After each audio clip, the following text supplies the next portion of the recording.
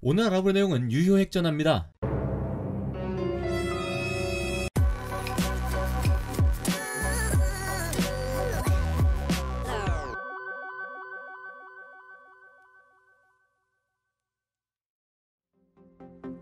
오늘은 원소들의 성질 중 하나인 유효 핵전화에 대해 알아보도록 하겠습니다. 유효 핵전화의 경우 원자 번호를 기준으로 다른 원소들에서 나타나는 주기적인 성질들에 영향을 미치는 중요한 요소이기 때문에 자세히 알고 계셔야 합니다. 우선 유효 핵전화에 대해 알아보기 전에 핵전화에 대해서 알아봐야 합니다. 원자를 이루는 구성 입자에는 원자 대부분의 질량을 포함하는 원자핵, 그리고 가벼우며 마이너스 전하를 띠고 있는 전자가 있다는 것은 다들 알고 있는 사실일 겁니다. 여기서 원자핵은 다시 플러스 전하를 띠고 있는 양성자와 양성자와 질량은 비슷하지만 전하를 띠고 있지 않은 중성자로 나뉘죠. 이 세 가지 입자의 정보를 살펴보면 이렇게 표로 나타낼 수 있습니다. 일단 질량을 먼저 확인해보면 양성자와 중성자의 질량이 거의 비슷하고 전자는 그에 비해 매우 작은 질량을 가지고 있는 것을 알 수 있습니다. 이때 양성자와 중성자의 질량을 그람으로 매번 부르기에는 너무 숫자가 괴랄하므로 우리는 양성자와 중성자를 상대적인 질량값인 1로 나타내기로 합니다. 이것이 바로 원자의 질량수를 구할 때 양성자 수와 중성자 수를 그냥 더하는 이유죠. 또한 이번에는 전하량을 살펴보면 전하값이 0인 중성자를 제외하고 양성자와 전자는 각각 플러스와 마이너스로 전하의 부호는 다르지만 그 절대적인 양은 같은 전하량을 갖는다는 것을 알 수 있습니다. 역시나 이 숫자도 괴랄하므로 그냥 우리는 상대적인 전하값으로 표현하여 양성자를 플러스 1, 전자를 마이너스 1로 표현하게 됩니다. 이때 원자핵의 플러스 전하값은 양성자에 의해 표현되니 플러스만큼의 양성자 수가 곧 원자핵이 가지고 있는 상대적인 전하값이 되겠죠. 이것을 우리는 핵전하라고 합니다. 즉 원자의 핵전하는 그 원자가 가지고 있는 양성자 수에 플러스를 붙인 것과 같다는 말이며 원자 번호가 양성자 수에 의해 결정되므로 핵전하는 양성자 수 및 원자 번호에 비례하는 값이라고도 설명 가능하겠죠. 핵전하는 원자 주변을 돌고 있는 전자를 잡아당기는 역할을 합니다. 즉 원자 내에 존재하는 모든 전자들은 중심부의 원자핵이 뿜어내는 핵전하에 영향을 받아 끌린다는 말이죠. 그런데 여기 문제가 하나 있습니다. 자, 여러분들이 콘서트장에 와있다고 생각해봅시다. 저는 UNI지만 원활한 설명을 위해 제 친구가 아주 좋아하는 트와이스의 콘서트라고 가정해보죠. 콘서트 자리가 3열이라